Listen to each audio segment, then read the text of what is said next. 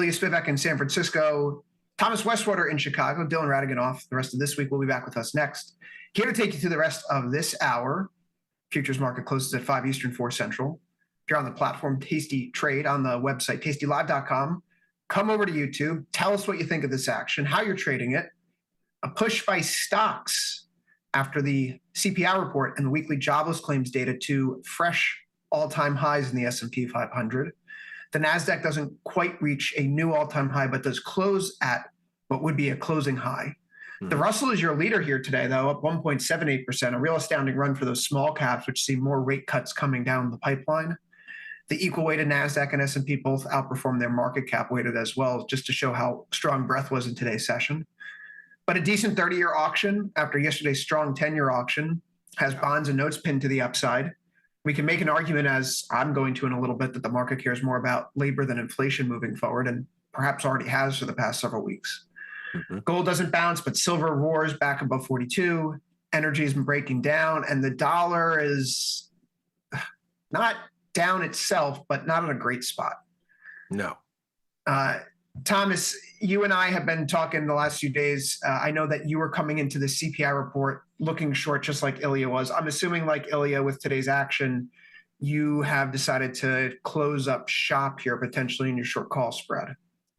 Yeah. I closed that this morning for a small loss. Didn't like the way the market was looking for that position. I tried to, hedge the reaction if we got a soft CPI by being long gold. It turns out I should have went long silver.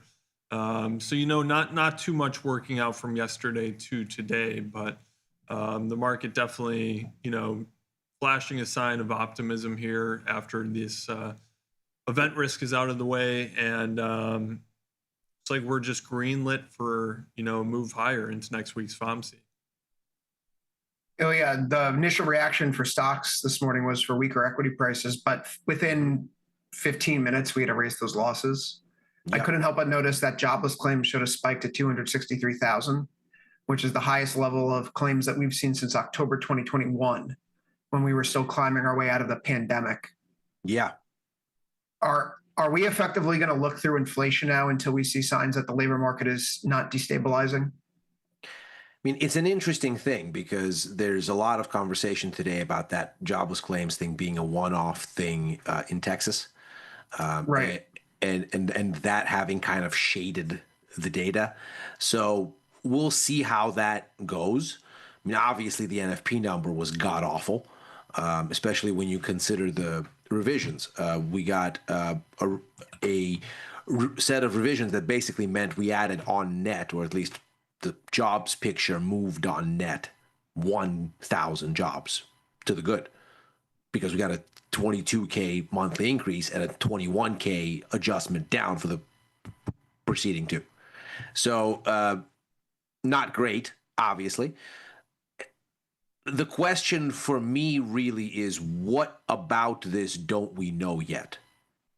And it comes back essentially to the same thing that we've been talking about this week and for a while, that we're going to get a cut next week is not the object of speculation.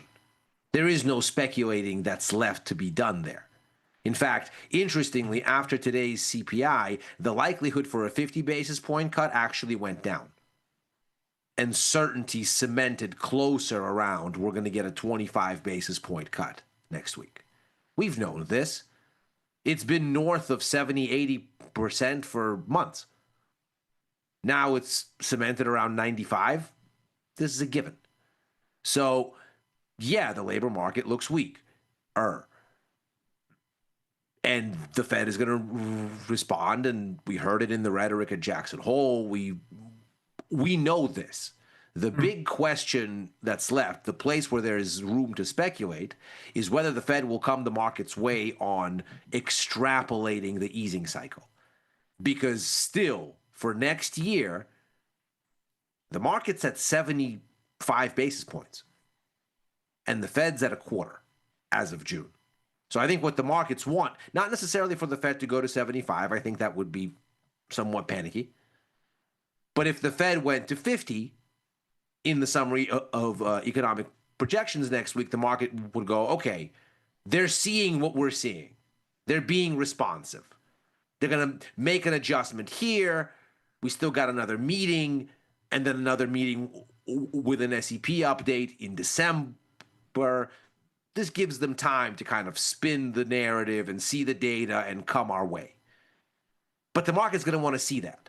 And if they don't see that, as some of the inflation data that we saw this week might sort of signify, were you a Fed official that's more concerned about inflation than employment per the last set of FOMC minutes, then we might be in for a risk-off kind of outcome. But I don't think there's anything in the jobs data that the markets don't know immediately. I think the real question is, what's the Fed prepared to do about taking next steps? What I find particularly interesting about this report today is how, while we don't get movement on the 50 basis points for September, what we do see is that the market kind of solidifies odds around October and December here. That too, yeah.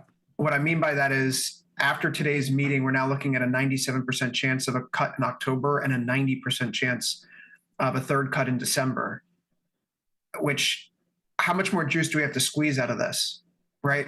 Like, you're starting to make a case where we have to get a fourth cut priced in for this year if you're talking about much more easing as a potential driver. So big picture right now, though, VIX is back down to the session lows, right? We have this flash down this morning in the pre-market. We end up rallying back a little bit. We're closing down below 15. Equity markets here are up on the highs. They just had Adobe earnings here after hours, by the way. They guided a little bit higher outside of their range, but we're seeing that the share prices are coming back in a little bit now that we've had some chance to digest the move. Guidance was 2.51 billion expected. They guide to about 2.53 billion. Revenues were up 11%, which was in line with expectations, yada, yada. So we're up at 351. We'll call it at the close. Now currently 358 after hours, hit a high of 382. Oracle is a company, obviously, that's been in everyone's mind this week after its astounding performance, surging, and that's ORL, not ORCL, which is what we're looking for. They were down 6.27% today, although after what happened yesterday, I have to imagine that there were some fund managers who were like, yeah, we got to reallocate away from this today and start Yeah, and they did miss on earnings. I mean, the whole thing is guidance. And Benjamin Graham rolls in his grave. It was obviously, it was a story the market wanted to hear. They missed on revenue and missed on earnings, and the share prices jumped 40%. Right. Because the market's like, wait, but in the future, it'll be cool though, right? Okay, great. And the last time Oracle had that move was 1999, and what was happening in 1999? Yeah, I mean, Nothing Larry Ellison has just lapped Elon Musk as the richest man in the world. On paper, obviously. Didn't see that coming. What does Oracle do besides make Larry Ellison richer? It's incredible how they've remade the company, by the way, in recent years, when they went from being all enterprise and now they're going to be hosting OpenAI. Okay, Elia, so I think it was easier for me to get off of my August hesitation, where I flipped from being someone who was bullish to a bit more directionally neutral, looking for vol expansion, and it just ate me alive in the first 3 weeks of August. And I had to have my coming to Jesus moment, like, Dylan, what do I do? And he's like, don't think. Why think? You're so dumb being a thinker. Be smart and don't think about anything at all. And yet that works, and it's been working. I mean, it works until it doesn't, of course. Sure. So what is it going to take for the market to lose what I'm colloquially referring to as the innocent until proven guilty market, or kind of like the boy who cried wolf market?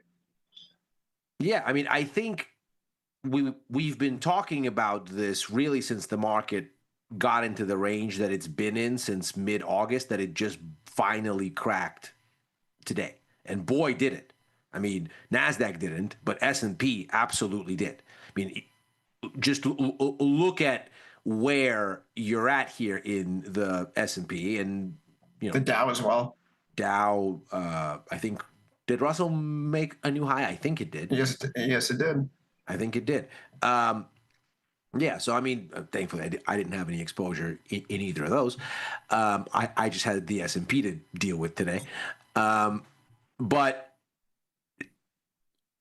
we've seen that the market through that range was essentially reluctant to rally on good news because we got plenty of good news.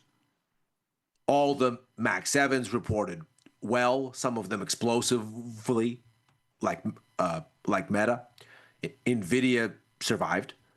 The data has been going in the direction of Fed rate cuts, which the markets want.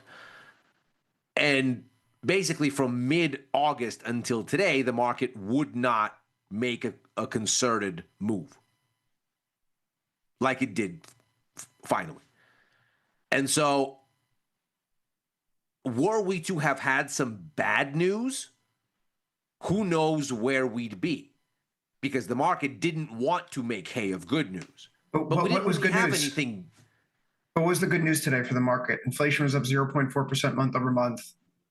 Maybe is it the core goods? It didn't surprise. Core goods X vehicles were at 0.55% month over month in June, and now they're down to 0.13%. 0.13% in a tariff category means the Fed can look through tariff inflation, if that's what this is. I mean, I think it was very simple for the markets today. I think they looked at a CPI report that they perceived to be a risk, come out directly on the screws across the board, but for the monthly headline figure, which was a touch hotter. But the year-on-year figures across the board, and most importantly for the core, came in exactly as expected. And I think there was a collective sigh of relief. That essentially, look, the rate cut's coming, everything's okay. And we're going to see if this lasts beyond a day. Because we see the last CPI report lasted for about 24 hours. Under these same circumstances. The last update on policy from Jackson Hole, same thing. Mag 7 earnings didn't do anything. In fact, the market faded them. Nvidia got faded. It was good for a day. We'll see if there's follow through here because I'm not sure the market's learned anything new. It was a 93% a chance, 92% chance that we'd get this cut. Now it's what, 94, 95? Huge difference.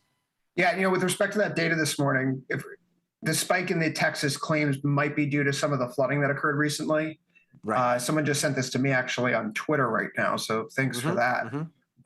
This is on the Texas Workforce Commission's website. The unemployment assistance application for the Hill Country flooding were due a week ago. So that was kind of like the last chance for people in Texas to get their foot in the door for some of these filings. And it's an unseasonal spike for a natural disaster reason. So it doesn't mean it's superficially enough to convince the Fed that they need a cut, but it doesn't say that the labor market may actually be that weak. It could be a one-off reason for why jobless claims spike this high. And over the past several years, when we've had hurricanes, we've seen jobless claims jump into that 240, 250, 260 neighborhood, if ever so briefly on a week or two basis, and then come right back in. But we're going to have the Fed next week, guys. So are we setting up a buy the rumor, sell the news type of Fed meeting here? We have basically 3 cuts priced in, Thomas. If a sell the news event is going to happen and you're expecting it to happen on FOMC, maybe it would make more sense for it to happen tomorrow since it's already locked in. Tomorrow, it's before the weekend that the Fed happens. It's triple witching. It's, you got the contract roll next week, which a lot of roll pressure already being going to be exerted tomorrow probably. So if it's a sell the news event, wouldn't it make sense to take off the risk tomorrow before the weekend? I think it might. I think that's a very good point. If you're to take the risk off tomorrow morning, why not just take it off today before the close? I mean, you could do that too, but obviously, because Asia and Europe have not taken stock yet, and so you're probably going to get to open relatively well tomorrow because it isn't just U.S. markets that we're watching this. Asia and Europe are going to have, in Asia especially, obviously, because Europe had some overlap with the data today, but they're going to, there's no fuzz. There was an ECB meeting overnight. It didn't do anything, but there was one. And so that's a level of event risk always. So I would suspect markets probably wanted to let Wall Street digest its data. And we're probably going to get a little bit of follow through from Asia and from Europe overnight. Sorry, something you just said really just got in my brain. Did you say the ECB meeting was overnight? Yeah. The ECB just met. Yeah, at 8:30 a.m. in the morning. Well, overnight for U.S. markets. Okay, so do you consider like CPI an overnight release? Because they're at the same time. No. CPI would be this morning. But for Europe, CPI was sort of afternoon, and for Asia, CPI is overnight. And Asia hasn't responded. You didn't work on the Asia desk, Chris. I did. For me, anything before 9 a.m. Pacific is overnight. So that's psychotic. Go on. Is the macro risk now that, rate cuts are coming, but the labor market continues to deteriorate? I would think the macro risk now is that the Fed isn't going to cut as much as the markets have already baked into the cake, and that creates a mispricing risk. I wouldn't say you're wrong, but what are we mispriced for this year or next year? I think we're mispriced for next year. I think for this year, I think there's room to take away some of the lean on a third cut now that we've sort of built one out. It's not that convincing. I mean, we're looking at 64 basis points that's priced in for this year. So that's 50 and 14 basis points in the direction of a third cut. So that's about a little bit over a 50-50 shot on a third cut. Once you sort of look at the cumulative picture. So 50 basis points are in, you're about another half way, a little bit more in the direction of a third. By the close here, once you sort of adjust for dates, the CME Fed Watch tool had that third cut at about 70-odd%. So, okay. I think there's some room there, maybe. I think maybe the Fed only is in the market for 50. But the big story, I think, is next year. I think the market wants the Fed to keep cutting. And I'm not sure the Fed is as ready as the markets want them to be. I mean, the markets have 3 cuts on the menu. So do we think the dot plot, or if one or two members votes for a 50 BPS cut, does that, do you think that affects rate cuts for next year? Well, I mean, I think today, what did we say? The rate cuts for next year were wiped out by the end of the session. Whatever bump we got in the SR3Z contract, as we see here on the screen, is completely disappeared. The moves that we're seeing are really for this year, right? The market saying, "Oh no, the Fed has enough confidence, to do something now," right? They're not going to have to wait until next year. The help is coming sooner than we thought. Hence, that third cut starting to look narrowly better than even odds. But if it's for a reason like a one-off because of Texas flood insurance, and next week's the Fed meeting, I mean, how are we going to get I want to know how we get from 0 to 1 in like the sense that how do we go from point A to point B? What tips us into 50 for September versus how does the market not walk away disappointed at all now that we've basically fully priced in 3 cuts? Because the Fed could give us one more, so directionally we're going there. But what if the Fed doesn't give us another one because it's a 0.4% month-over-month inflation rate? I'm saying that's the thing. I think the markets are so out on a ledge here that it'll be difficult for the Fed to kind of meet that bar. But I don't think the market wants them to be hysterical either. So I think what they'll want is motion. If the Fed comes out and goes, look, here's a 25 basis point cut. We see your weak labor market. We're less precious about inflation expectations, though we are concerned, and we're not ready to jump out the window here and say that they don't matter. But we see what you're saying, and here's an extra cut that's in the forecast for next year to kind of show you we're serious. And I think that's reasonable. I think the market wants to believe the Fed because stock markets want to go up in general. And so I think they're inclined to want to hear what the Fed says as long as the Fed gives them something and says, here is motion in your preferred direction. Now we'll see you in October, and then we'll take another baby step, and then we'll see you in December, and we'll update our summary of economic projections then. Not unlike we saw last year, where the Fed came out really ultra dovish in September, and then once the markets started to kind of worry about what that meant, they reeled it back in December. Guys, if the GDP readings are sitting close to 3%, the unemployment rate is 4.3% or lower, and inflation is sitting near 3%, is the Fed embarking on a maintenance, an emergency, or a recession rate cut? At 3%, I think they clearly see that what they're doing is anticipating that inflation will not be a problem downwind, and this doesn't smell of maintenance. This smells like they're trying to respond to some sort of business cycle outturn that they want to get a reasonably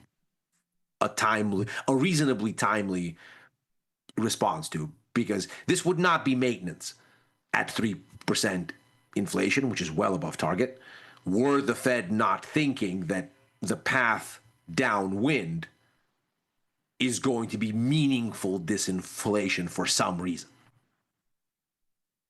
Thomas, where do you land for next week? Maintenance, recession, or emergency? I mean, I kind of agree with Ilya. I mean, a maintenance cut, it's kind of like, inflation has been the worry about if it picks up, not, if it does it in a substantial manner, and we haven't seen that. So responding to labor market conditions makes it a little bit more of a cycle cut, or responding to conditions. So I'd probably agree more with Ilya. I'm having a hard time interpreting it as anything other than a maintenance cut, because if you're worried about recession, you're going to do more than 25. So if they give us 25 as the markets to understand it, which quite frankly wasn't my base case. My base case was 0 or 50. But if we're going to get 25, then you view it as a maintenance cut because you have a few more tinkering of the knobs coming. And I just think the median market participant is going to look at 3% GDP and a sub 4.5% unemployment rate and think anything other than, well, the Fed must feel pretty good about the state of the economy and that inflation's not an issue, like it was last year. Not as reflationary, but certainly with that potential. I mean, if your sense of what a maintenance cut is something whereby the Fed feels it isn't careening into a recession necessarily, I agree with you. I don't think the Fed thinks that they're careening into recession necessarily. I do think they see the labor market weakening, and they want to do something to ensure their soft landing goes well. The labor market's basically frozen. Right. 70,000 jobs. We heard this from Powell at Jackson Hole, right? He was like, you know what? There's a kind of strange balance in the labor market where nobody is getting fired, but also nobody is getting hired. Right. No one's getting hired. There is the hiring firing ratio, which has started to dip into negative territory, which shows that at the margin, people are losing their jobs. Every 100 people that lose their job, only 95 are getting back and filling roles, kind of situation. So it's not great. All right. So we have a NASDAQ above 24K. We're going to have an S&P 500, maybe 6,600 again. We touched there briefly here in the market during the run up to the close. Ultimately, Ilya, it's a day where the market is led higher. It's basically every sector that's up. It's only energy that's slightly weaker. But on the top end, it's home builders, ITB, XHB, top two performing ETFs. you have gold miners, junior gold miners sitting near the top of the heap as well. But I see a lot of rate sensitive things, XRT, XLY, VNQ. While the tech names aren't the frothiest in today's session, I do think ultimately this has to be one of those signs that if I was a bear, right, there's now a broadening out of participation in this market. That sideways chop where the S&P was moving up to highs and the rest of the market wasn't. It was really just the big names doing it. RSP now, the equal weight ETF for the S&P, is now at a fresh all-time high and closing high here on today's chart. So I guess like I could stand up here and, I like to review, obviously, and you like to review, and this is how the relationship works. And so when people start sending me, when people start sending me, and we have sentiment checks, and I give it, I'm self-reflective about all this stuff, right? If I'm waving a sword around on camera, you're probably near the top. But I find myself in a world where volatility is low, volume's gone. People, as funny as it is, they are sending me messages on Twitter asking me to ask you questions about your short positions, which has only happened a handful of times in recent years. And every time it does, I'm so happy I didn't get rid of all of my short position. This is such a sentiment. No, but it always happens near a top. It always happens near a top. I love it. And so I'm so happy I didn't cover all my shorts. This is great. No, and then like you get out of your, well, I mean, Ilya, I'm going to tell you a long story here. Left shoulder, head, right shoulder. This is a big inverse head and shoulders pattern in the stock market up here. You want me to spin you a tail? You want to spin you a tail about where the market's going? We can spin this tail too. Right? But sure. As people who have been looking for taking shots on the downside, which I've tried to understand, it hasn't been successful. I went back to my old ways. It's working again. Yeah. How do we reconcile this if this is a market that is based on inappropriate valuations, bubble-like conditions, AI hype, this, that, the other thing, easy money coming back down the pipeline? How do you time all of that out without bleeding out death by 1,000 paper cuts, which, I know a lot of us are contrarians around here, but being able to stay in the game matters more than being right or wrong at any given moment. 100%. And I think that's exactly how you do it. So let's use the S&P as an example. So the S&P was in a range from mid-August until today. And when it got toward the top of that range and started to look like it was making lower lows, you started to get the sense, oh, well, okay, so I know where there is a point against which if it breaks above, I'm wrong. So I have a range top. I know that if it breaks down and the move has followed through, there's an asymmetric opportunity. Because if I'm wrong fast. We're near the top. It breaks as it did just today. Okay, it broke. Cool. I'm out. Good night.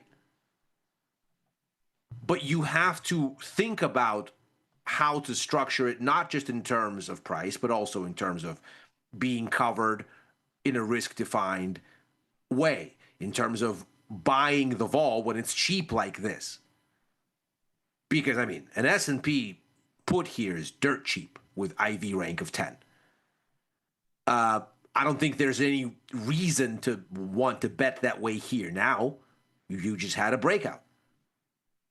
But I think when you get those kinds of setups where it looks like momentum is lost and vol is cheap, and you can structure it, let's say, as I did, with SPY ETFs to bring your position size down even lower than MES, and take a small kind of poke at the market and say, okay, well, if this follows through, it's asymmetric. If it doesn't follow through, it's a small loss.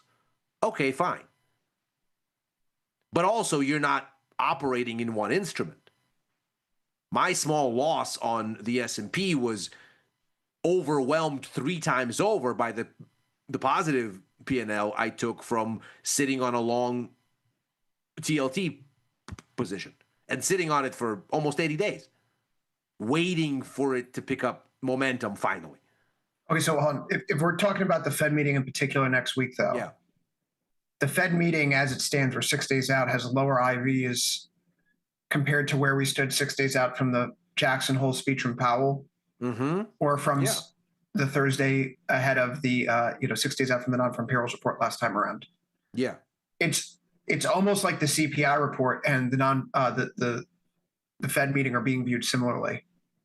Well, and I think to a large extent, the CPI report was probably the nail in the FOMC forecast coffin. For why? Markets. I think that was the last thing that could have spooked expectations in an uncomfortable way, because I think the markets do like the certainty of it having passed without incident. They knew what they were going to get. They, I think, knew what they wanted to see as far as Fed policy expectations. Those were baked in. But there is always the uncertainty that the number comes up weird. I mean, we just saw the NFP number come up very weird by a big margin out of the same BLS. And so I think there's the event risk itself. There's no more event risk of significant consequence unless the University of Michigan inflation expectations counter that's coming out inside the consumer confidence survey tomorrow goes off the charts and the markets go, oh no, the Fed isn't going to like this whatsoever. I mean, inside this inflation report, just for the record here, we had the the third consecutive month of positive and accelerating goods inflation. Moreover, it was the largest increase in core goods inflation since January, and the year-on-year growth rate in goods inflation accelerated to the highest since May of 2023. So it's not like the tariff inflation isn't making its way into the data. It is. It was services, actually, that took CPI a bit lower, or it would have been hotter. So the tariff pass-through is there. Those things that the Fed doesn't want to see, they're there. If consumers start to bug out about it, the Fed's going to start to think, well, we don't want this thing to get entrenched into inflation expectations. Oh, and by the way, we've been screaming through a bullhorn that we're never going to let that happen. At Jackson Hole, at the last press conference that Powell did in July, on and on and on and on and on it goes.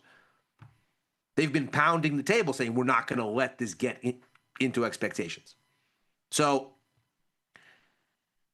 I think the market saw event risk move out of its way. And unless something really untoward happens with U of M, then the next thing is the Fed, and we already know what they're going to do. Thomas, do you think U of M tomorrow is going to be that thing? I don't. I just don't think there's enough. Doubt it. Yeah, I mean, anecdotally, you look at the public view of inflation right now; it's pretty tame.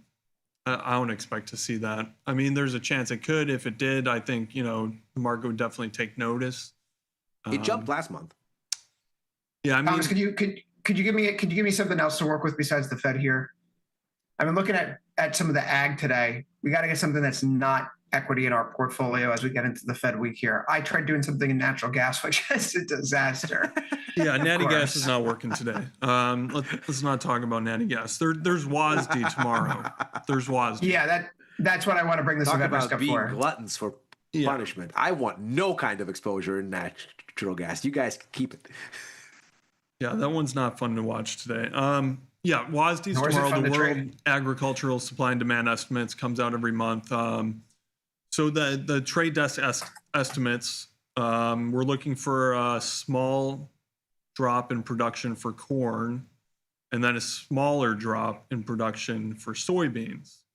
So I'm long both corn and soybeans. I'm doing it through selling put spreads, with now some room under that. So what I'm expecting to see, or what I'm hoping to see, is those production estimates come in a little under the estimates. So I think we can get more upside, especially after the the very long sell-off we've had in the market where positioning has gone quite extreme. And what you've seen the past month is some of that positioning roll back to more normal levels.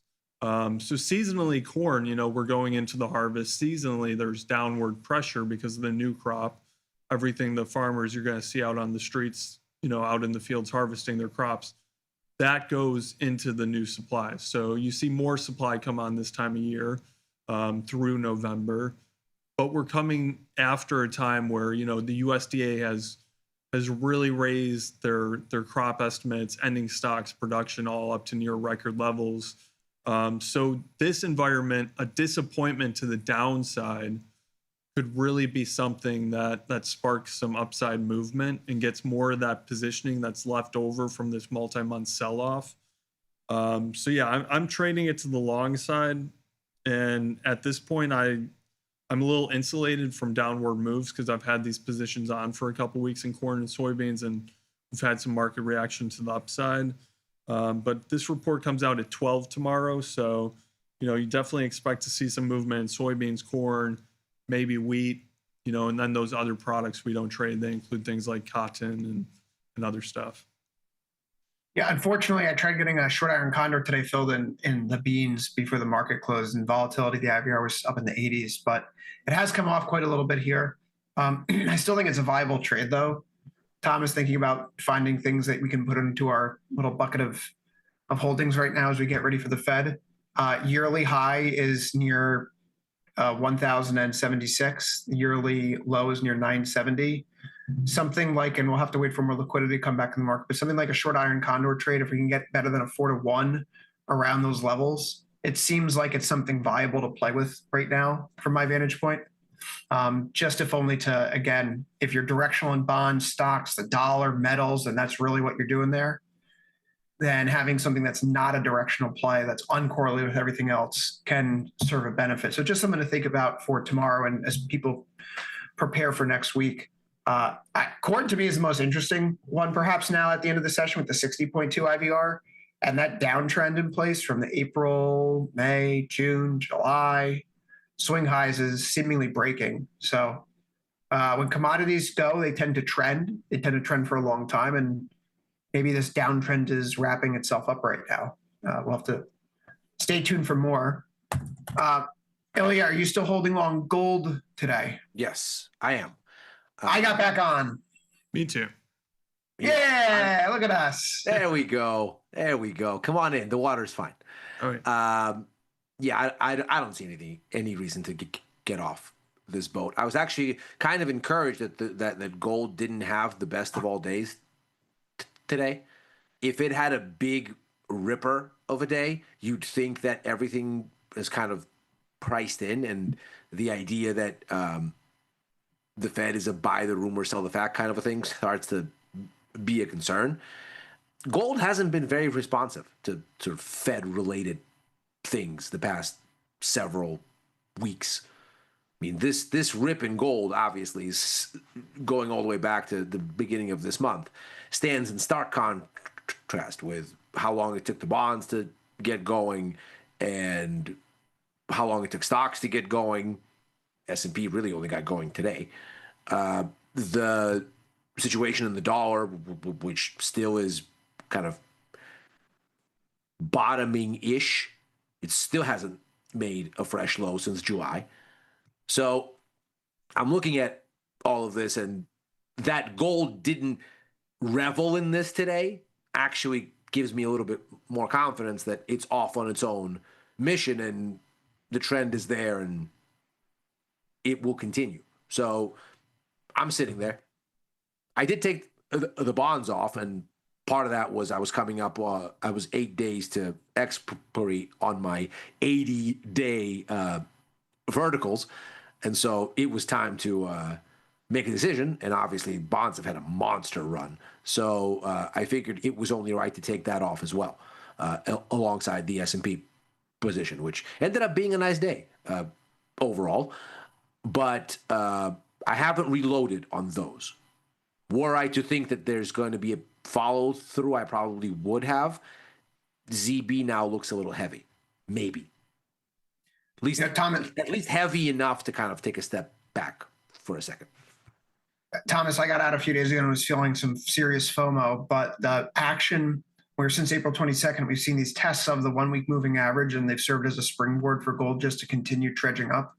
We had another one of those today. So I used the opportunity to get in back on a long position here out at 47 days and a little bit more constrained than usual, not quite the $50 or $100 wide strikes, but only $25 this time. The long, the 37.50, short 37.75. I say that because where do we stand in this potential breakout? We do have a triangle that's formed here. And if we use the swing lows post-liberation day, up to the high, back down to the low, 37.47, we'll call it, is your extension target, just eyeballing it. And so playing for a little bit more of a rally here to the top side is of keen interest. Why did you get into today? If it wasn't for my 1 week moving average, and I'm going to hold this until we break below 36.50. If we're below 36.50, I'll get out and reconsider. Why did you get in? What did you see today that made gold appealing to you? I'm trading this kind of like a bull flag pattern. You know, we had the big move up. You get some consolidation. Like you called out in silver the other day. Yeah. Which, you know, said I'd rather be in silver, but I looked at them, picked gold. I think the better thing to say is there's a smaller chance of going down than there is up. So, you know, we have rates coming down, naturally good for gold. You have a stock market that is, you know, you could argue is potentially getting kind of frothy. You have political instability, and in Europe as well. I mean, you have deficits rising. So, I mean, structurally, this looks like a really, you know, strong time to be gold. Not only short term, I'm you know, my view on gold probably extends into at least the second half of next year. So I think, you know, the move we've seen over the past 2 months, it could just be really the start of the market seeing what's going to happen over the next year or two and starting to price this in. Thomas, silver's at the top side of the range. You were calling out this being a flag a few days ago, and I made a case yesterday here, Elliot, that 41 is the line in the sand. As long as we're above it, there's nothing to do but be long silver. Thomas, this is also a very difficult entry point if people want to get long right now because we haven't cleared out range highs. How would you approach this market if you're not in? Assuming you're not in, but if you were looking at this with fresh eyes, do you get long now or do you wait for a little bit more confirmation to the upside?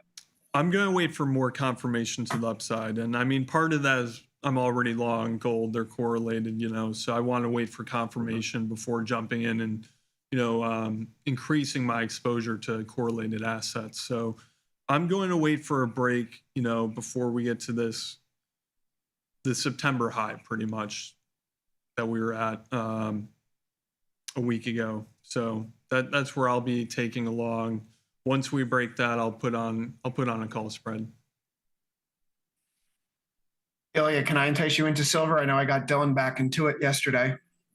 I'm okay sitting on gold for now, basically until you get a break of this range. If you get a break of this range, sure, totally.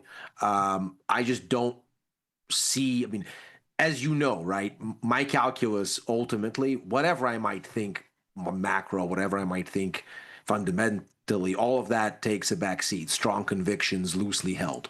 For me, it's the price action and the risk reward. You're sitting at the top of a range you've held since the beginning of the month. To put on a fresh long here is just bad risk reward. Your nose up against resistance, and even if you pulled back toward the bottom of the range, there's more room there than there is topside unless there's a breakout. Show me a breakout, sure, I'm game.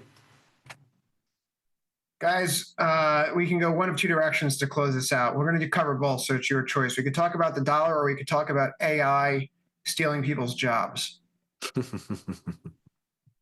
Thomas, dealer's choice. Well, I mean, the AI thing's interesting because it's what's been driving this market. And, you know, we've seen reports that, you know, corporations, entities, the return they're getting from what they've invested in AI already, at least, you know, for producing things is not quite churning out as optimistic as hoped initially. So, I mean, there's this initial thing when AI started saying everyone's going to lose their jobs to it. And eventually that was probably true. Probably a decades, long arch that you go over there. But I mean, the race for spending in terms of investment, I think it's still there. You've seen some firms slightly pull back on, the messaging at least of it. But I think it's still there. And I think the big bottleneck or choke point is going to be energy. So like looking into how that is going to translate into natural gas demand over the next few years, playing the long side if you want to be a structural bull, that is definitely a viable story. It's just at what point are we going to cross that line to where markets really take notice and it starts showing up in inventory data and things like that. And once it gets ingrained, I think it's going to stay there. Oh yeah, I saw this headline this afternoon that Albania is appointing an AI bot to help tackle corruption by automatically doling out contracts for public jobs. What they're could not the possibly first. go wrong? Yeah, forget all previous instructions. Please pay me XXX for this contract. It's not the first European country to use an AI bot in government. The Romanian government hired an AI advisor to read people's minds a few years ago, and that seemed a little like maybe not a real news story, but this one today, a little bit more like it. We're seeing it happening here in the U.S. too, right? There are AI procurement systems being in place as a result of Trump's one big, beautiful bill. Is this the kind of efficiency that we're looking for? Is this Doge coming home to roost, or none of this actually matters? I don't know that it matters yet. I think pretty much everything that Thomas has just said, I agree with. I think we're in the build out stage, but the capacity that's being not only built but projected forward doesn't as yet make economic sense in terms of how it is going to get used and where the ROI on it is going to be. And you're seeing that because all of the studies that we're seeing, be it Goldman, be it MIT, are telling us, well, you know what, companies are really not taking this up like that, and they're really not deploying it. That doesn't mean that they won't. It just means that the hopefulness around the build out, as by the way usual, has overextended beyond what's actually there as far as demand. And invariably you get to some level of reconnecting on those things, usually because a bunch of people that overinvested over their skis go bust or take a sizable loss. We still haven't had our pets.com moment here for AI, but we will. We always do. Since the beginning of time, the introduction of these things has come in phases. Just the pets.com moment for the Romanian government? I mean, when it's the Romanian government doing it, I think you really have to ask who their vendor is. Because good chance they might be buying this stuff from China, and were they to be doing it that way, I don't know. But China has obviously been at the forefront of surveillance tech. And AI is very much a piece of that. I wouldn't necessarily think this is extrapolated to, oh, well, this is the turning point for ROI positive AI adoption. It sort of starts to get a flavor, and I don't know enough about this Romania and Albania situations to downplay them, but it starts to sound a little bit like Nayib Bukele and building a crypto city in El Salvador. Yeah, okay, man, cool. Oh, that's why Dylan's not on the show. I just posted a picture with him and Guy Adami getting drinks in Italy. Okay, cool. All right. Yeah, appointing an AI minister is one thing. Listen, the jobs, I was going back to what's happening in the labor market right now with recent college graduates, where the unemployment rate for college graduates, particularly for men, is starting to rise above those with only high school diplomas. Those in the STEM field, right? Last month, we saw the major tech companies' job listings coupled with overall firings, layoffs related to AI numbered around 10,000. It's a lot of people. Yeah. That's not nothing. It's not nothing at all. So if you know someone who's entering college, do you tell them to still go to college, or do you say do something like go to HVAC school or become an electrician?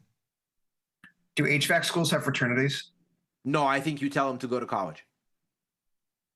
Because I think the biggest premium after AI is human ingenuity. I see. I think college is more important now for networking and meeting people in a certain social and economic and financial sphere of life. And for learning how to have original thought. So I think it's less important to learn how to code. It's more important to learn how to write a really great essay. I think it's more important to learn how to socialize. That too.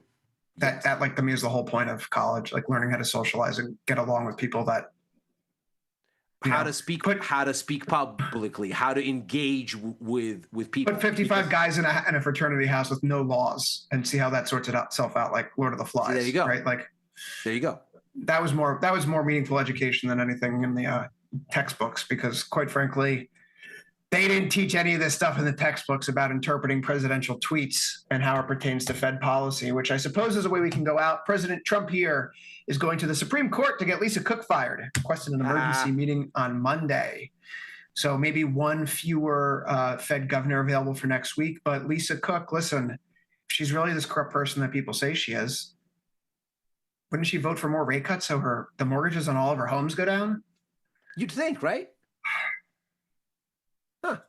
Hell yeah, Thomas. See, you're thinking again. What has Dylan told us about this? We got to stop. No thinking, just doing. And we're done here on overtime. We'll be back tomorrow. No, just kidding. Next week, because it's Thursday. We're here every Monday through Thursday, 4 Eastern, 3 Central, right after last call. So for Ilya Spivak in San Francisco and Thomas Westwater in Chicago, I'm in Chris Vecchio in New York. Good luck trading. See you next week. Come back for more, though, because Ilya Spivak's still here. He's with Macro Money. See you there, everybody.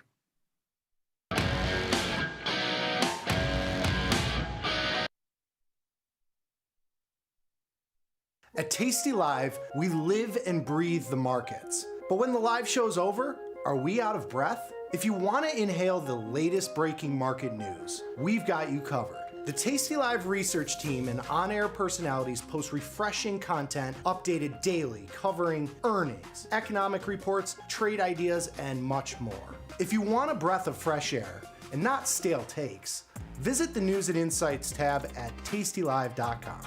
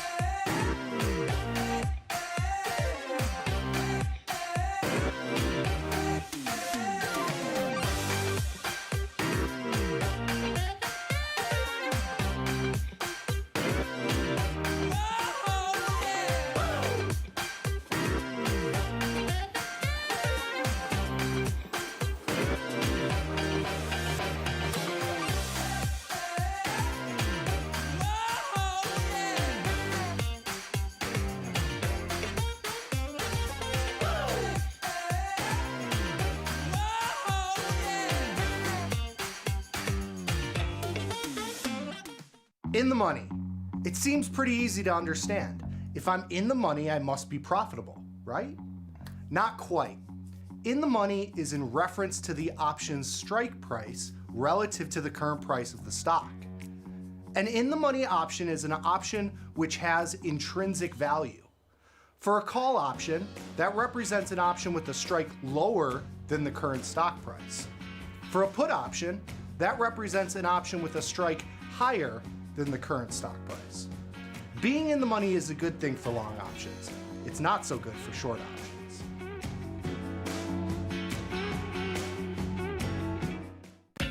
Beat the opening bell. Get trade ideas and market insights before the open. From the creator, Tom Sosnoff, and our chief market strategist, Tom Preston. Every weekday. Sign up at tastylive.com/newsletters. Dear Karen, thank you so much for the relationship advice. Of course, since you met your husband in high school, I should obviously just go back to high school. Can't wait to win the Nobel Prize for my development of a time machine. Signed, Regina. Sometimes it feels good to get smart. Get even smarter with live trading insights and some live taunting. You're mistaking me for someone who cares. From the smart mouths at Tasty Live. If you missed the live show, here's our cherry on top weekly recap. I made smash burgers, and well, I can tell you what I do. That's a game changer. I took it from TikTok. You freeze a stick of butter, and then you put it through that scraper. You know, one of those things, a grater. A grater? Cheese grater? Yeah, cheese grater. And then you put a little butter on the, mix it in with the, when you smash them. It's great. In with Tony. You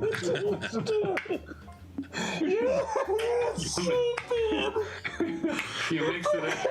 This is a second language. I mean, you take you freeze the butter. It's like all that, and you take the thing and you freeze the butter.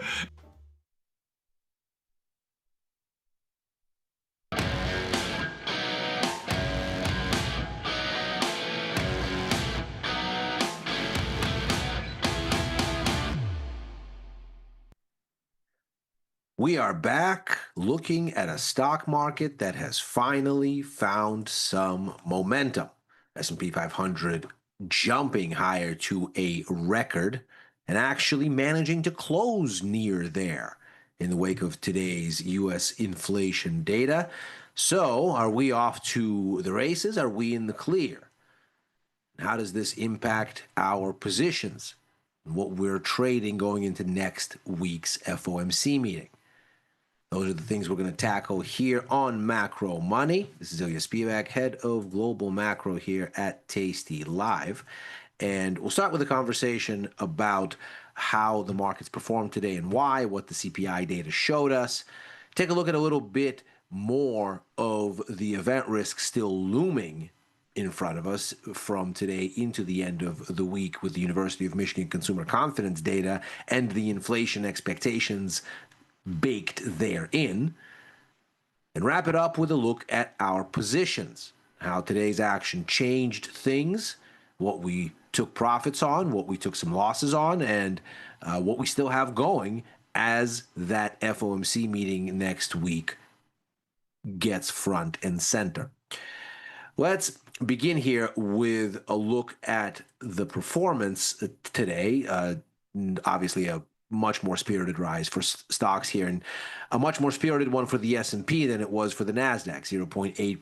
0.8% added for the S&P. NASDAQ up almost 0.6%. The S&P, as we mentioned just moments ago, breaking out to a new record high. The NASDAQ not so. The NASDAQ still testing its high from mid-August, incidentally in the wake of the last CPI report before this one, and not making an effort to really clear it. So interesting kind of sogginess here from the index that contains the market leaders. Of course, it is still up, but while the S&P broke to a record high, as did the Dow and the Russell, not so much for the NASDAQ. So interesting to consider, but certainly a risk-on day. Yields down a bit more, bonds higher, especially at the long end, the 10-year down almost 0.5%.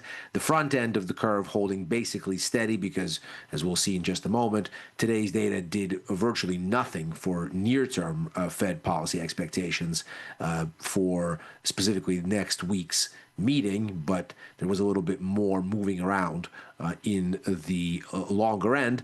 Crude oil, again, back down toward the bottom of its range, but ultimately not going anywhere, still oscillating. And gold not really finding the kind of support you'd think from a dovish kind of read on inflation data. A little bit soggy, but ultimately not getting away from recent levels and more so consolidating than falling. The dollar a little bit softer, interestingly, more so against the euro, where there was an ECB policy announcement overnight where the Bank of the European Central Bank, signaled that they're probably done cutting rates. The yen, echoing what we saw at the front end of the yield curve, and basically flat. Bitcoin a touch higher in the sort of risk-on overall theme here, certainly emanating from stock markets. Yen, interestingly, steady because this is probably the most nakedly yield sensitive of the major currencies against the dollar, and it seemed not to find a strong lead today. On the week, we do have a decent Bitcoin rebound. Yen ultimately a little bit higher, the euro a little bit higher, but only just so. The dollar really holding impressively here, all things considered. Gold up about another 0.5%. The real big story, the strong push in stocks, needless to say, almost 1.6 in the S&P, 1.4 in the NASDAQ, and the sell-off for rates at the long end and the push higher in long end bonds.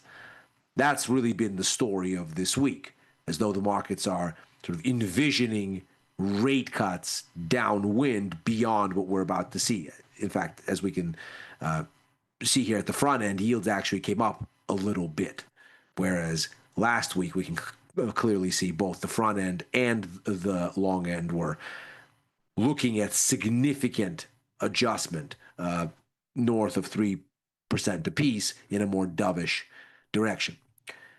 So what was it that this data that we saw here? It came in exactly on the screws. Core inflation 3.1%, headline inflation 2.9%. Now, these were not sort of in absolute terms good figures in the sense that we're again above the Fed's target and moving ostensibly in the wrong direction. 2.9% would be the highest since January. 3.1% matches July, but that July was the highest since February. So you've essentially seen the core rate match a 5-month high, and the headline rate set a new 7-month high. But I think the important thing for the markets here was that it wasn't worse than expected. It was right on expectations. If we look at the breakdown here, we can see we do get the rise from 2.7 to 2.9 on headline. We get the hold at 3.1 on core. The bulk of inflation, not surprisingly, still sitting in the service sector. But notably, the changes in the mix here start to get interesting. Let's step aside for a second and gloss over this rise in food because the Fed can't do much about the global cost of food, though, of course, there seems to be a tariff influence here. Certainly when you start to consider, for example, a 50% tariff on Brazil, the source of coffee, then things start to get interesting, especially considering that the U.S. actually has a trade surplus with Brazil, but not in coffee. And so maybe this is a part of that equation, though, of course, there's been a global rise in food prices more generally, and that's a part of this equation, too. On the energy front, things are basically unchanged. We're sort of hovering, and that echoes what we've seen in crude oil itself.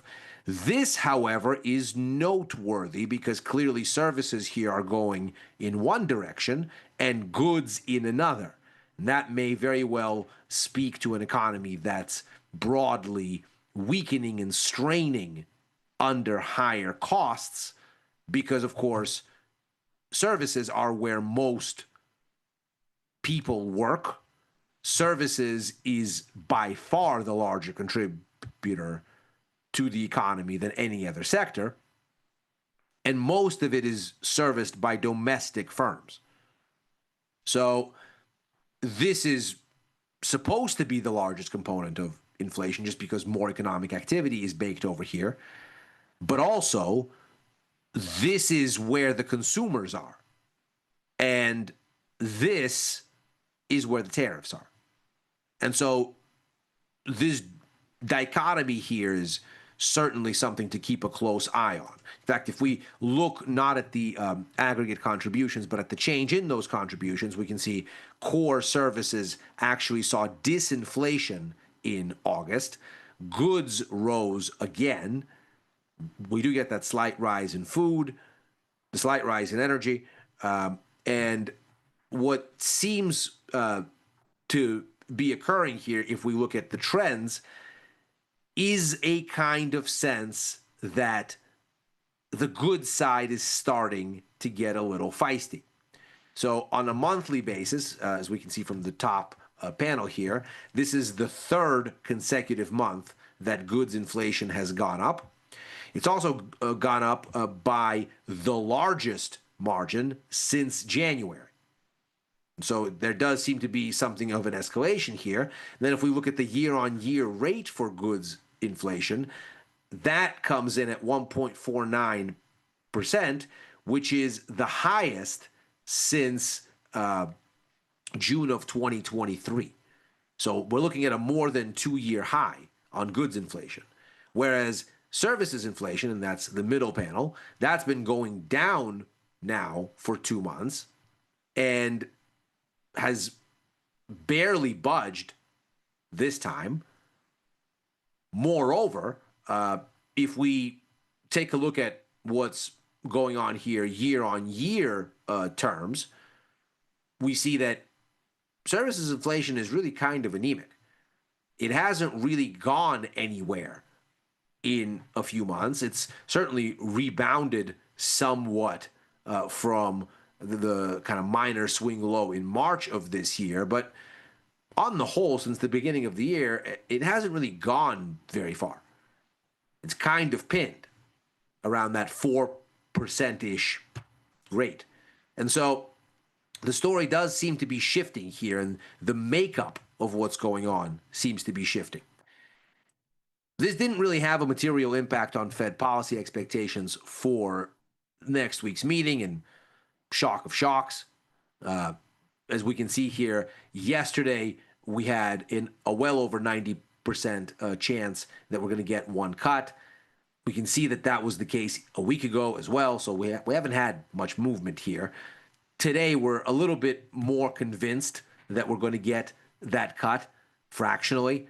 Not really anything that makes or breaks the story, surely. We've gone from maybe 93% chance yesterday to 95 now. Not exactly a strong bit of additional conviction. If anything, we moved away from a 50 basis point cut slightly in the direction of a single move. So that's where we are for September. Today's data really doesn't create waves here. The larger issue continues to be the now increasingly building probability that there's going to be a third cut. So you can see here that while the Fed has only accounted for 50 basis points for this year, in fact has argued for that 50 basis points basically since December of last year, the market now is at 64 basis points. And that would essentially mean that we've gone 14 basis points beyond 50 in the direction of a third cut. Now, if we consider the likelihood here, this essentially means that a third cut this year is now slightly better than even odds at 56% chance. And if we start to kind of fiddle with adjusting for the dates of the meetings, the October meetings at the end of October, it's on the 29th. We're looking at that second cut there with a probability very convincing of 82%. And then for the December move, the likelihood of that third cut now is more convincing at about 77% once you kind of take the sequencing into account. So the markets have narrowly started to believe that a third cut is likelier than not. Moreover, for next year, the gap remains yawning. We've got 73 basis points on the menu, so kind of rounding errors aside, the market is looking for 3 cuts. This is now a much more dovish outlook on the whole than the Fed has actually accounted for. So here's the latest Fed forecast. We can see from 4.4, the median now, down to 3.9 gives us 50 basis points in cuts. Then for next year, down to 3.6 gives us 1 more cut. So the Fed has accounted for only 75 basis points between now and the end of next year, whereas the markets, again, as we can see right here, are aiming for almost double that. And so what we're looking at then is significant disappointment risk if the Fed doesn't come the market's way. And that perhaps starts to explain why the front end of the curve really didn't do anything today. Because this next Fed meeting isn't really the object of speculation. The question is what happens next. And with that in mind, there's one more piece of data that we have to contend with this week, and that'll be the University of Michigan Consumer Confidence Report. Now, the expectation is that we're going to get a little bit of a come down on all of the components here, including baseline sentiment, though that's expected to hold relatively better. The biggest drop-off here seems to be, at least as far as expectations go, that front-facing index here that looks at where consumers expect things to be heading. And this is really much more important, perhaps, than even the CPI report for Fed officials. It may not react that way in markets, we'll see, of course, but Fed officials have been pounding the table, screaming that they will not allow what they still think could be a one-off increase in inflation because of these tariffs to become entrenched and to take the Fed in a longer-term way off their target. In fact, with inflation now hovering around 3%, that the Fed is going to cut rates seems to necessarily say the Fed thinks inflation will recede. But they are not going to endorse an expansive easing cycle to follow if they think there is a risk that inflation is going to once again become sticky because consumers start to bake it into the cake beyond this shock downwind. Now, we already saw that basically this consumer sentiment index is a function of inflation expectations. In fact, it's been that way since we've come off of COVID. We can see here sentiment was deteriorating as inflation expectations were rising into the middle and the second half of 2021. This is where they peaked as the Fed clearly signaled we're going to start hiking rates to beat this inflation down. Once they really get to going on that, we start to see sentiment improving as inflation expectations come down. We ultimately get them down here to this low of 2.6. Then, of course, as the year begins, this is the start of this year, we get a surge in inflation expectations, and so not surprisingly, sentiment craters. The bottom in inflation is also a major turning point for sentiment. And that's, of course, having to do with these tariffs. Now, we see that once the tariff shock starts to abate, having peaked in April with Liberation Day and its immediate aftermath, sentiment starts to improve a bit.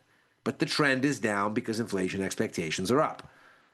And we see that last month, or the last time that we got this survey, inflation expectations started to go up again because that pass-through of inflation costs that we saw in July's PPI data, it's a little bit different in August. Margin squeeze took that number down. It's debatable whether that's a good thing as far as consumers are concerned. But at least for the moment, August's data told us consumers saw inflation expectations rising again, ostensibly because they saw that inflation coming and appearing on actual store shelves. And that was a move in sentiment lower across these indicators. So the question now likely to be, if inflation expectations jump and they keep going higher from the 4.8 that we just saw, does the Fed feel comfortable not so much in doing this cut, but in extrapolating forward still more of them next year especially? Because if the Fed sees that consumers are getting concerned, then it isn't going to compromise its credibility by allowing inflation to build, especially in expectations. In fact, this was the early tell in the second half of 2021 that the Fed was going to have to get off this inflation is a transitory thing song and dance and actually do some hiking. It was the appearance of inflation in these consumer inflation expectations that was the first tip-off that the Fed was wrong. And so when we look at this now, and sort of given how forceful the Fed has said we are not going to allow this to get sticky, not like last time, it seems like the path of least resistance is for the Fed to be cautious if this goes the wrong way. Now, we've done this over the past several days, but we'll do it again. Just how much easing is still on the menu is obviously a huge influence on price action. Because we can see here, since the beginning of the year, there's the spot where stocks, this is the S&P 500 here, take out their range and start to trend lower. As we can see, policy expectations move in tandem. They likewise bottom at the same time, as it appears that the White House has a sense of market discipline, and once they spook everybody from mid-February into early April with this tariff rollout being a growth risk, which is how you get the S&P 500 and policy expectations moving in the same direction. Once they sort of figure out that the markets think all of this is being done in a way that endangers the economy, they step back. The president says the bond market is getting yippy. There's a 90-day pause on tariffs, and the panic eases. Now, we can see the growth risk receding in policy expectations, but that stops here in mid-May. From there, we get more dovish. That also lines up very neatly with where we end up in stocks at the same time. We recover exactly to the same spot where the sell-off on growth grounds actually kicked off. Then, naturally, one has to wonder, well, what about the rest of this stocks rally? Well, it appears to be moving inversely with an increasingly dovish outlook on monetary policy. The idea that whatever risks you may be thinking about, valuation mismatches, AI hype running out of steam, 2 wars ongoing, whatever you like, uncertainty about the tariff regime as the Supreme Court weighs it, doesn't matter. Name your risk. There's no shortage of them. But all of those risks are much more digestible if money is cheaper. Because then if you get one of those things wrong and you lose some money, then it's cheaper to borrow it back and go again.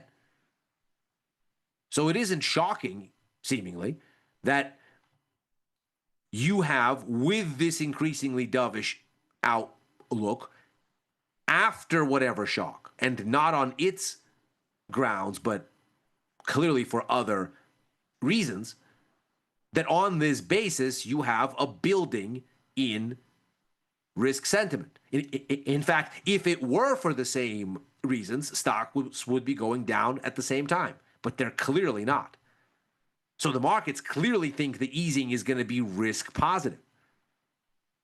Now, if suddenly we end up with a situation where inflation expectations are doing the opposite of what the Fed said they're going to ensure is going to occur,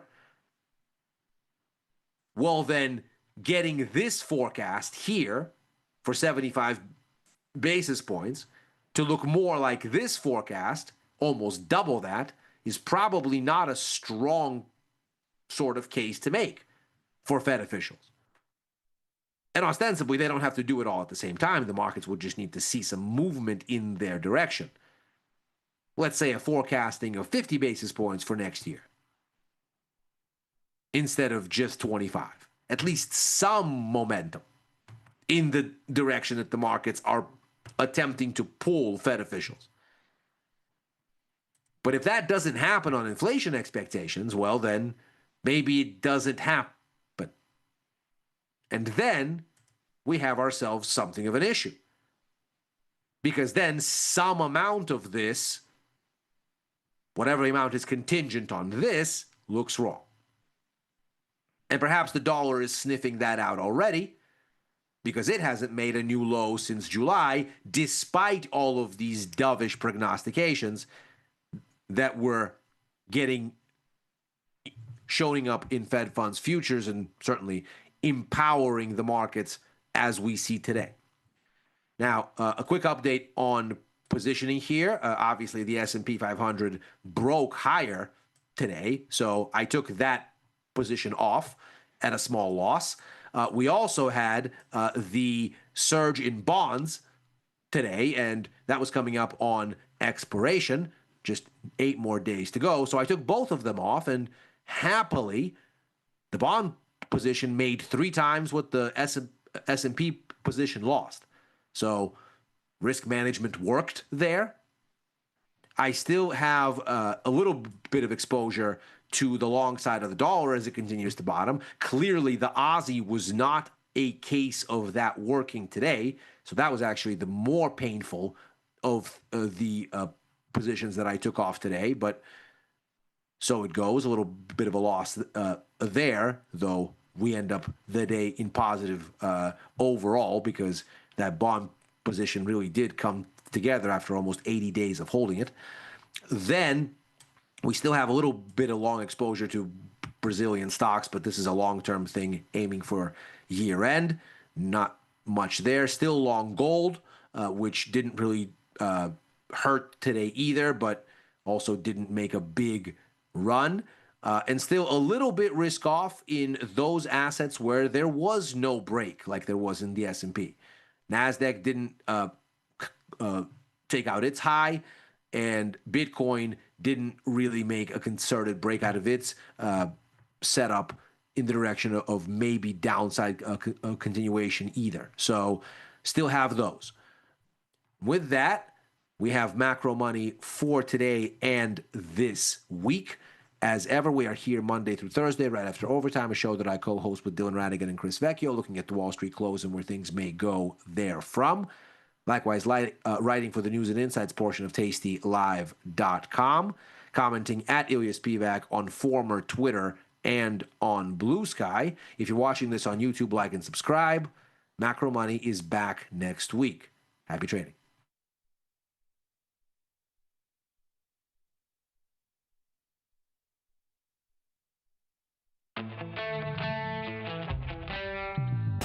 In the world of investing, a beast lurks between the numbers. Some watch from the safety of the sidelines, but others saddle up and ride that one-ton rowdy ribeye for all he's got.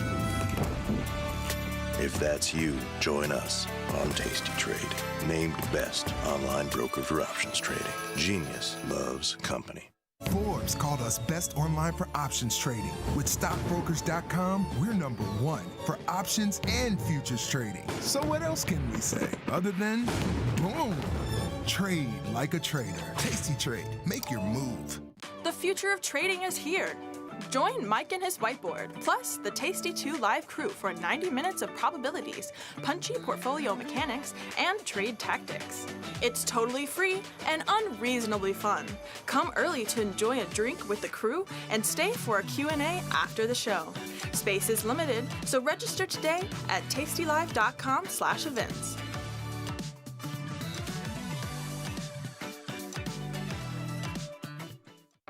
The market doesn't stop. So why should you? Diversify your portfolio with stocks, options, futures, crypto, and more from Tasty Trade. Focus on the markets that matter to you. See the odds before you trade using curve analysis, IV rank, and more tools. Get industry insights that help you find your next trade right where you need it. Tasty Trade. Download today.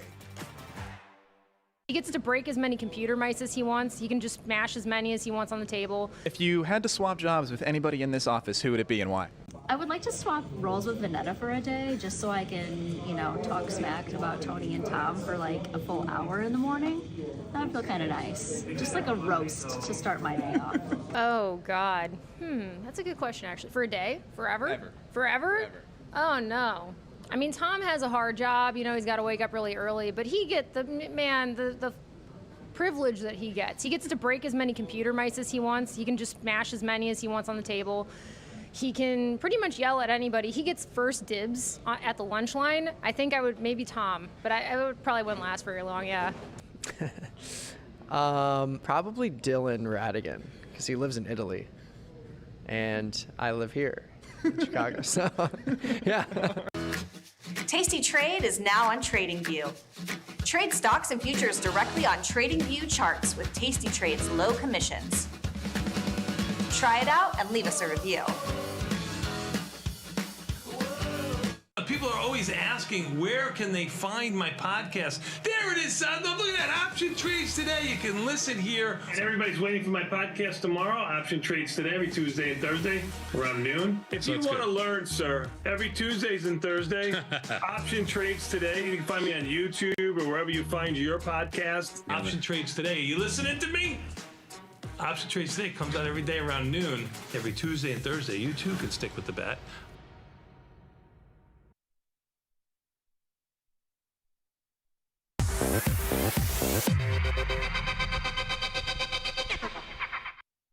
What is going on, everybody, and welcome back to another session of Risk and Reward. Today's Thursday, closer to the end of the week. We've had CPI this week. We've had PPI this week. How are we holding up so far, Gus? How are we doing? Doing all right.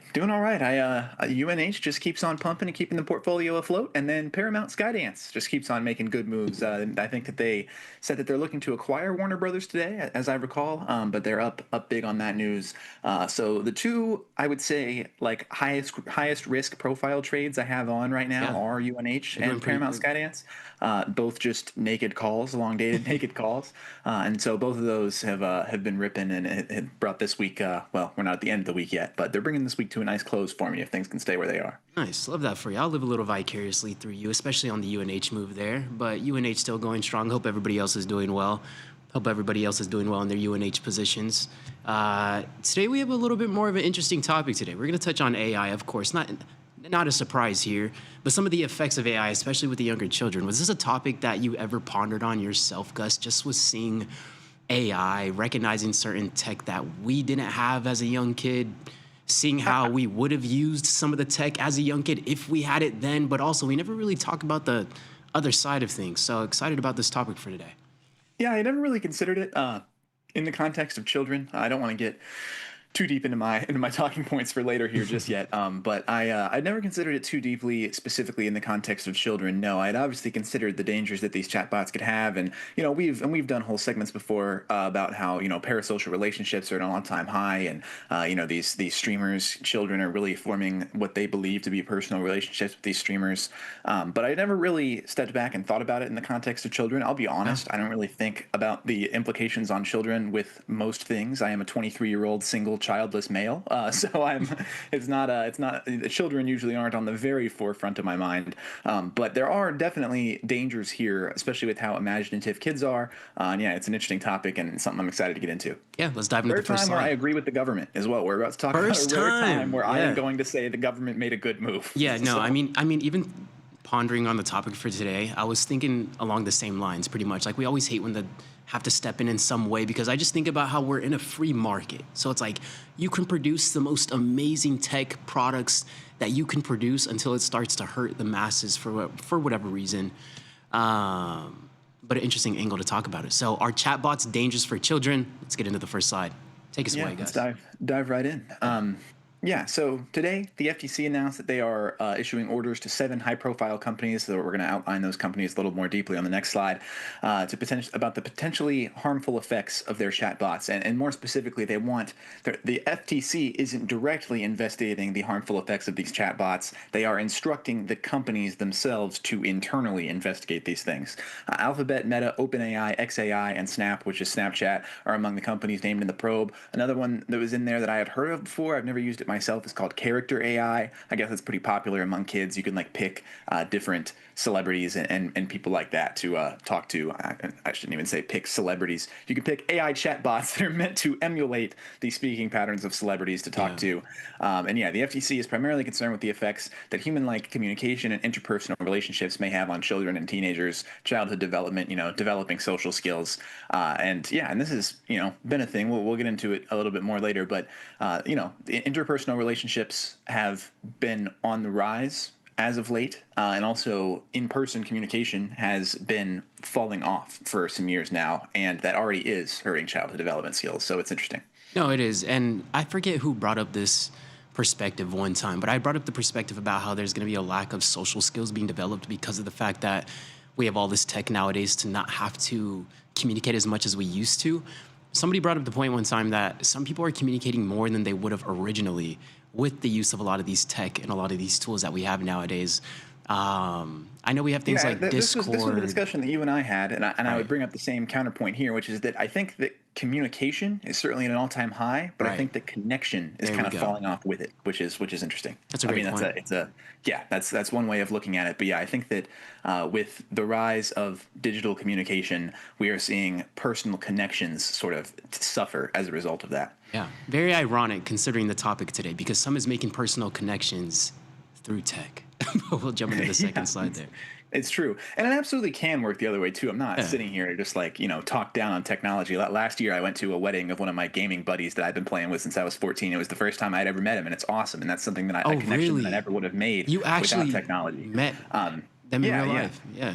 It was really, really cool. Yeah, flew up to Boston for it, whole thing. I'd known the guy like 8 years, but it was our first time ever actually, seeing each other in person, and it was for his wedding, and that's cool. That's a friend I never would have made if technology and digital communication did not exist. So it absolutely can work both ways. But and I'll elaborate more on this later. But it's like there's a reason when you're in 6th grade, it's easier to text a girl to ask her out than it is to do it in person, and it's because face-to-face communication does carry some weight. It is that important. Lord of the Flies. I hate to give any credence to that book because I was so annoyed when I had to read it, but it's true. When you take the face-to-face element out of things, it hurts communication. I mean, it sounds like the root of it is fear of rejection. Because if I think about it, fear of rejection can look like many different things. Can fear of rejection be like not getting the response that you hoped for? Missing the mark on your expectations, or you didn't get the reaction that you wanted, or the feedback that you want, or just whatever it might be. I know we'll get a little bit deeper into these topics as we ponder on these other bullet points. We'll go ahead and jump into the next slide and go from there. But the FTC wants to know what steps these companies have taken, if any. And that's one thing I was wondering. I was like, if these companies are going to investigate themselves, I might walk up in there too, like, yeah, we checked, we're all good, all clear. We're not doing anything that might be harmful. So protecting kids online is a top priority for the FTC, and so is fostering innovation in critical sectors of our economy. So that's where it gets kind of funny too. It's like, we got to be extremely creative, right, in a free market, but at the same time, it's like, it feels like there's now a little bit of guardrails there, and of course, we're going to have to step in whenever it's needed. But broadly, the FTC is worried that these companies are getting caught up in the chatbot race while not considering the negative consequences. I mean, Yes, that might be the case, but I would say that's the case for pretty much any founder in any literally almost every single industry. I would say this is the same type of human behavior that we typically see. But I just think that AI kind of cuts a little bit deeper than a lot of the other tech that we've originally seen. Yeah, I mean, I think as time has gone on too, we've just gotten. I think you make a great point. I should lead with that. This absolutely happens in any industry, anything that's new and exciting and buzzing. You know, these companies lean more and more towards not considering the consequences and only considering the future and the profits and all these things. But I think that we, as a country and as a government, have just gotten a lot better with time about jumping on that sooner and sooner and sooner when we can start to see it happen. Because I mean, we had you go back 100 years and Standard Oil is a monopoly, and they got 8-year-olds working in the oil field and all this good stuff. And it took decades before anyone stepped up and was like, hey, we should maybe do something. The government should maybe step in because this is clearly a monopoly. And now, we're only a few years into the advent of AI here. And I would say only probably 2 years into like chatbots being a super duper mainstream thing that everybody is consistently using on a daily basis, maybe less than that. And it's only a growing number of people. So I think that this is pretty fair timing for the FTC to step in. And it is very important to protect children. I agree. We should never be advocating for making profits and advancing the future of technology over children. No, I mean, so I'm with this decision for the FTC. Yeah, I mean, I think it's the right call. Yeah, I know. And especially with how accessible some of these things are and how low hanging it is. Like the Snapchat AI is crazy. That's been around for some years now. But I remember me in high school when that first popped up. I was like, who is this? Who is this The person? Snapchat AI. Yeah, and I was pretty quickly able to figure out, it's Snapchat AI or whatever. But if you're 7 and you're on Snapchat, which 7-year-olds You might be probably like, "What's shouldn't up, be on bro?" Snapchat to begin Yeah. with, but there absolutely are many out there who are.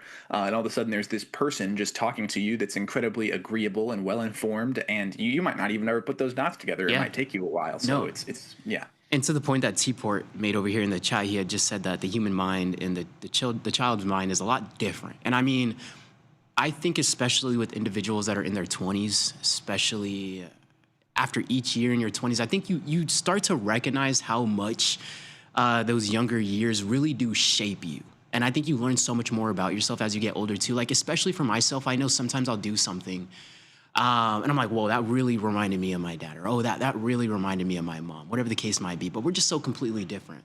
But when I really look back at these things, the things that were said, the environment that all of these things really shape your mind on a deeper level than you might realize as you get older. Yeah, it is really funny, and I joke all the time, like I'll all of a sudden come to some broader realization about like my entire life or my childhood or why I act a certain way or a different person acts a certain way.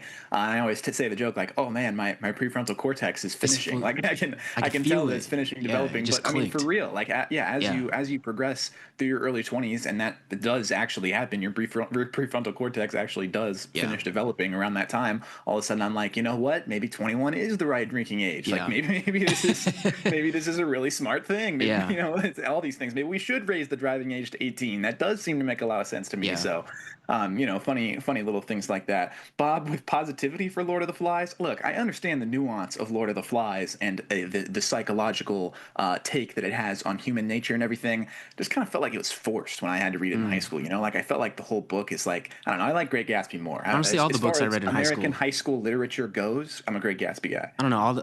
Great Gatsby's fire. But no, I was going to say, you know what? All the books felt like it was forced. But I take that back. You know what? One book I really did enjoy.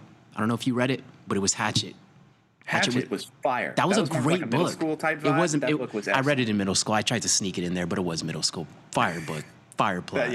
Hatchet was excellent. I think I might have just read that for pleasure in like 5th or 6th grade. Actually, I don't know if that was ever a like sanctioned reading activity, but anyway, we can jump to the next slide here. Jumping over here. So here's what the FTC is specifically looking for as they dive into these investigations.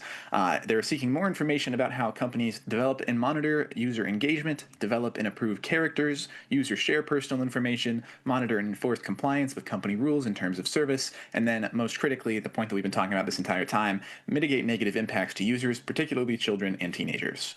So that's just a quick synopsis there of the other things that they're looking at, which leads us into our final slide here, where where we are going to raise these questions, and this is where I will actually start saying all of the things I've been saying I was pushing off until later. But I'll kick it to Errol for this slide first. No, but I mean, are chatbots really dangerous to children? Children's social skills have deteriorated as digital communication and virtual interactions have grown more prominent, as we've seen in society. And if you're a parent, you might have seen these things firsthand.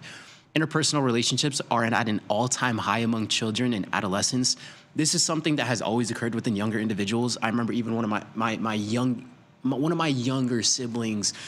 One time I had said something about some play friend, and it caught me off guard for a quick second. I was like, oh, this isn't just out of the movies. Like sometimes people develop and a week later, never heard of it again. Imaginary friend. I'll step in. Yeah. I had one. Absolutely. I'll talk about that later. You can go on. I had one. Absolutely. When I seen that firsthand from my sister, I was like, oh, it really just gave me, it just reminded me how young and impressionable kids are. I think as we get so much older, we forget where we once grew from, and it made me just recognize how sensitive these minds are. I forget the point I was getting to, but let me finish these bullet points. Children are inherently imaginative and have underdeveloped critical thinking skills, which I would highlight as one of the most important bullet points. And then there are a growing number of adults that have formed uncomfortably close or even romantic relationships with chatbots. So younger individuals are more prone or more susceptible to being manipulated. And the question at large here is, can an AI, a chatbot, manipulate a child? In my opinion, absolutely. I think these are great issues to start having, great things to start investigating, because I see I don't know if you've read these things, but even into adult years, these chatbot things can be very interesting. I think even with the adult mind, there are cases where these interpersonal relationships are also being developed. So if that's the case, we see that even with brains that are a lot older, above the age of 10, above the age of 20. It's like anything below that I think is even more impressionable if people are still building these interpersonal relationships with these type of tech. Yeah, absolutely. Something that comes to mind right away here, I'll tell the imaginary friend story in a moment, but really weird comparison to make, but I think it's a really sharp one here, is Furbies. You remember Furbies? Bro, I don't know if Furbies are still around. That is ringing a bell. That just struck a chord. Help me remember. There was like a little talking stuffed animal thing, and you could talk to it, and it would talk back, but it had no intelligence or anything. It would kind of just say like generic pre-done lines, but it had like 100 lines saved in there. But you hand a 5-6-year-old a Furby, and they will think that that thing is alive. So I can only imagine what you're getting into when you have a full sentient, so to speak, chatbot that is communicating directly with you, is actually responding directly to what you say. That does get really dangerous. I mean, we've talked about on here before. When you're a kid, you think the stuff on TV is happening behind the TV. Right. I thought WWE. I thought people were getting the SmackDown low key when I was young. I thought Dora was happening in my living room behind the box. I'd be looking Blue's Clues. I thought that exactly. Yeah. So you're talking about that level of critical thinking skills, and then suddenly you have to interpret. I couldn't even explain what's it called? LLM. Large language models. Large language model. I was looking for. I was going to say limited language. LLC, I guess. Anyway, LLM. Yeah, I can't even comprehend a large language model. I couldn't really effectively explain it to someone, or machine learning, or all of these things that go into creating these chatbots. So trying to explain that to a child, or even more exaggerated in the case where a child is trying to rationalize it themselves, I just don't think that that's going to compute. And as I said earlier, I had an imaginary friend when I was a kid. His name was Coyote. I don't know why that was his name, but it's a true story. And when I was like probably 3 or 4, I don't think he was really around anymore by the time he moved to Ohio, and I was like 4.5, 5 then. But when I was real young, I had an imaginary friend, and I totally, fully thought he was real. It was like not even a thing. It was like, this is a real person. Which, if an adult starts saying that, it's schizo. But when you're a kid, everything's fine. It's cool. It's fine when you're a kid, but all of a sudden I get older, it ain't okay. People are asking if I need help. You keep your imaginary friend until you're 25, and suddenly it just shows I'm consistent and I'm loyal. I keep the same friends. I'm loyal. No, but it reminds me of not too long ago. I went to a baby shower. One of the kids there, he might have been 5 years old. I think I brought this up a few weeks ago. He might have been 5 years old. We were talking about the topic of AI and how real some of these things are. I think it was the bunnies jumping on the trampoline. I know all of y'all got. I know everybody in the chat section. I know we've seen the video of something on the trampoline, and it's jumping, and it looks real. We find out it's an AI video. we continue on this topic of AI, and I think he might have been 5 or 6, but he brings me his phone. First of all, crazy. 5 or 6 years old, has a cell phone to show me. Crazy. I know. Shows me the phone. It's a cat. And he's like, can you believe this is AI? Look how crazy AI is. And I'm like, yes, I absolutely can believe that's AI. It looks so fake, right? But I just humored it a little bit. I was like, wow, that's crazy. AI is getting crazy. But just to see that in the moment, just again, highlighted how innocent and naive the young mind is and these children are, because if he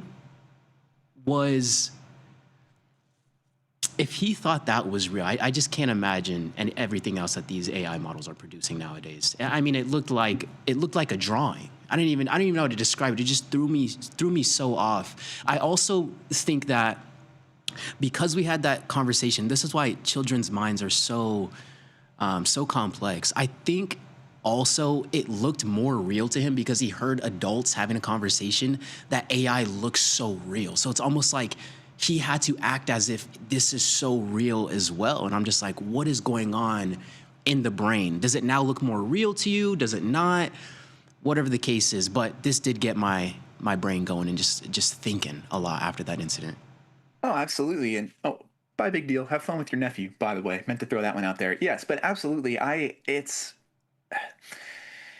Yeah, because this is only the chatbot side of things. I mean, this isn't even getting into images or, the broader social media picture, what children can stumble into there or see and believe is real. And man, I'll tell you what, I have seen recently, like in the last week, 2 videos where I had to get to the comment section before I fully realized that it was AI. Like I was sussed out because it seemed to be unrealistic, whatever was going on in the videos. And I went to the comments to confirm my suspicion rather than completely blind. But things are starting to get convincing enough that I am almost fooled. And if the videos that I were seeing weren't of such irrational things, because one of them was like an elephant doing tricks. I don't know if anybody's seen that one recently, but there's a really, really good one right now of an elephant doing tricks, and it's like there's a trainer woman standing there, and it's giving the elephant commands, and elephants are very smart animals that are, honestly, usually abusively, but can be trained.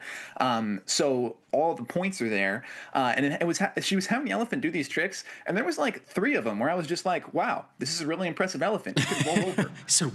And then this is a flexible elephant. Yeah. Yeah. No, the 4th one, it stood up on its hind legs for a minute, and I was like, that's when you're like, all right. Yeah, and I was like, okay, I don't think elephants just do this. If they do, I don't think you could train an elephant to just stand on its hind legs and chill, but it was doing it. So then, I had to go to the comments to confirm. But if it cut before that 4th clip of the elephant doing the unrealistic thing, I probably would have just continued scrolling and been like, wow, I can't believe they can train elephants to do that. And that's how misinformation happens. And AI is very dangerous. And that's how misinformation happens. Fast. Yeah, and I am a grown man. So I cannot imagine if I were a child with a sharp lack of critical thinking skills, what I would have thought stumbling across that video. I mean, exactly. I mean, the comment section is such a lifesaver sometimes. Like, what I thought was so hilarious is I found another video. It was the same trampoline video, but it was a different animal jumping on the trampoline. And then someone in the comment section was like, I'm not falling for this one because the bunnies jumping on the trampoline got me last time. And then someone commented underneath that talking about those were fake. Like, all those have been fake the whole time.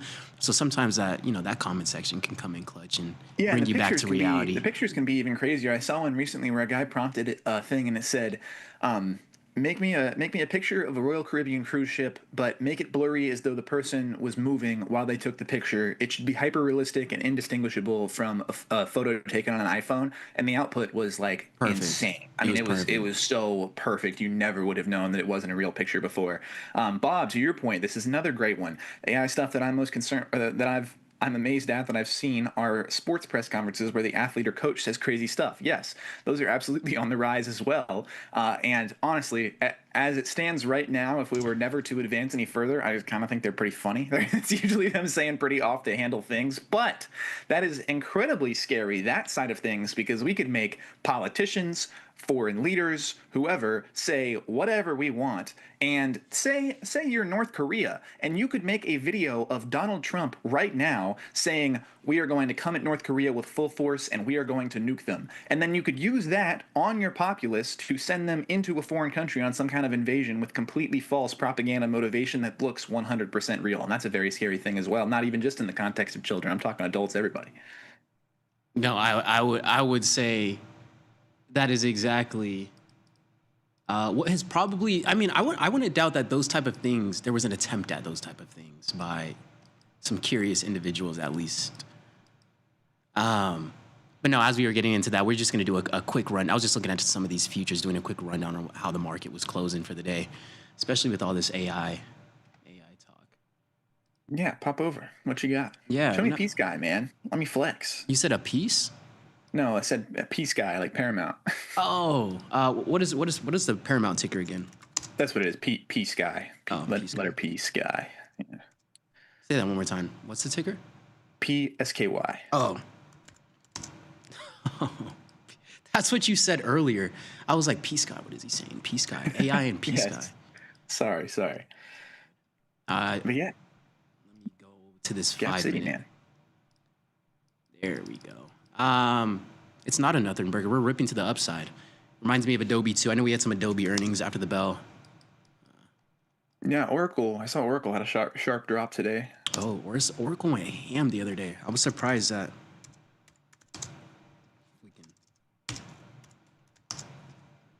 Oracle. Oh, I wanted to do the classic earnings make it go up so I get short trade on Oracle, but I was like, man, Oracle is just too hyped right now for me to do this, and I regret not doing it. I thought Oracle was going to be another one of those that kind of just drifted me along to higher highs or whatever it might have been with that short position.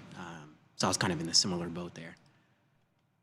Other than that, we'll see what we get for tomorrow. It's been an all right week. I know one thing I wanted to look at was ES. If I'm not mistaken, I believe ES continues to put in more highs easier than NQ has been able to, which is really interesting to see. NQ trying to come to its highs here now. Let's see, we're selling off a little bit here now.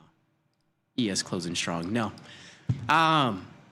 We'll see how the markets keep up with the rest of the week. We just got 1 day left. So is there anything else you want to add on before we start to wrap here today, Gus? No, I wouldn't have anything else. Don't give your children a chatbot until they can think critically, I guess, would be my line of logic. And social media as well, and honestly, maybe just a phone in general. I mean, I think for coming to my TED Talk. I think our generation is going to have to be really careful. If anything, I think our generation is most equipped to be able to handle these new types of technology that we have. For example, it's going to be our kids that are going to be growing up with AI out the womb. I mean, literally, it's going to be our generation that grows up with those things that our children are going to be able to have access to. So I think you've always had to keep young people safe, right? There's always been guardrails on all of us since when we were young, but it does make you think when we start having these conversations, because they're pretty real conversations that we're going to have a year from now, 3 years from now, 4 years from now, 5 years from now, whenever that is. I don't plan to have kids in the next year unless you do, Gus, but I'm sure we'll circle back around to this conversation within the next 5 to 10 years. Yes. Maybe I'm sure. I don't think it'll take us that long. Maybe you to do be quite frank. maybe. I'm interested to see what this investigation from the FTC yields, how dedicated these companies are to actually holding up with this FTC order, and how deeply they're going to dive into evaluating their own safety systems. I mean, there's all types of things to unpack here as this situation develops and as AI continues to develop in general. Ben, to your point, yeah, P-Sky, UFC, that was actually my original thesis of why I bought it. That's why I have the year-long leaps that I mentioned, just naked calls. Steve Jobs wouldn't let his teenage daughter have an iPad. Look, Bang. I mean, that's sharp. That's speaking volumes. Another great one. Who could be a better judge of that than Steve Jobs? Yeah. You know what it kind of reminds me of? Telling these tech CEOs to, pay attention to their company, do some investigation, seeing the effects of these things. It reminds me of the meme with the security guard where he's like barely patting people down, and he's like barely patting people down, and then just lets them go. But he's not touching them. Yeah, that's like what this pat down for these companies is going to feel like. I know what you're talking about.